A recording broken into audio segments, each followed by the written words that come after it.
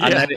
you see that in every sport. People who, no matter where you play, what you're playing, what level, I was told to pull this in, 10 seconds, start stretching. That's my entire body warmed up. It's fine. I don't need to worry about it. Mhm. So how did you learn to take this level of understanding when you were having the side hustle, when you're building this business, and you were looking, going, but I could probably get more clients if I just put out a DVD on some basic stretching because that's the accepted thing. How do you start making clients understand it's better to understand recovery, it's better to understand our body and to take an interest in it?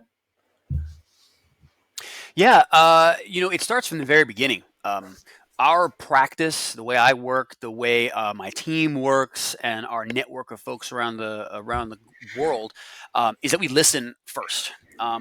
People, especially people in pain or people in fear, need to know what that their concerns are being fully digested.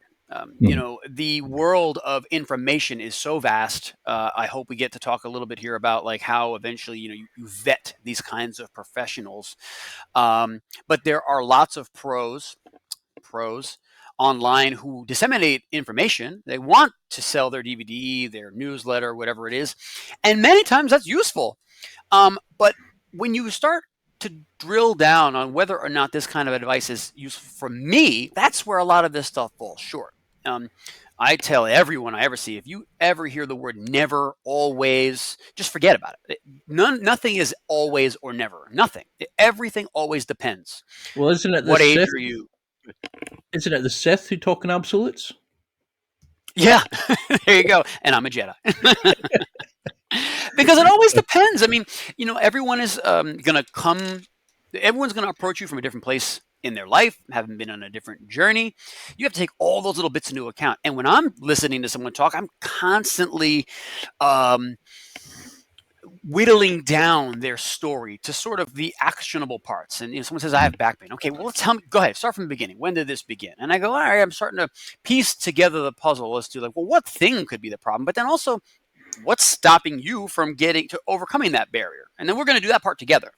And when you make that a learning experience and not a do this and then this will happen and then you'll be better, that doesn't help a lot of people to just be told what to do. You start with why. Why are we doing this? One of my favorite books, by the way.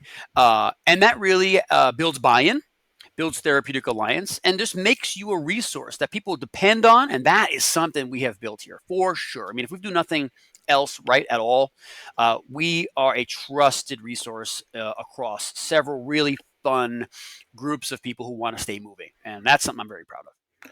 Because when you look at this like affiliate network you're building, it's a wide range of amazing places, and they're seeing the amazing work you're doing. They're showing you like that everybody's putting their trust in you because they're seeing the level of quality of service you're giving. But do you think that's something like every single person needs to be kind of understood? Every player, no matter what sport, there needs to be a split between training versus rehab versus recovery. We need to actually create a whole realistic body adaptation, like a fix of not just building the ability of a player, but ability to recover as a player.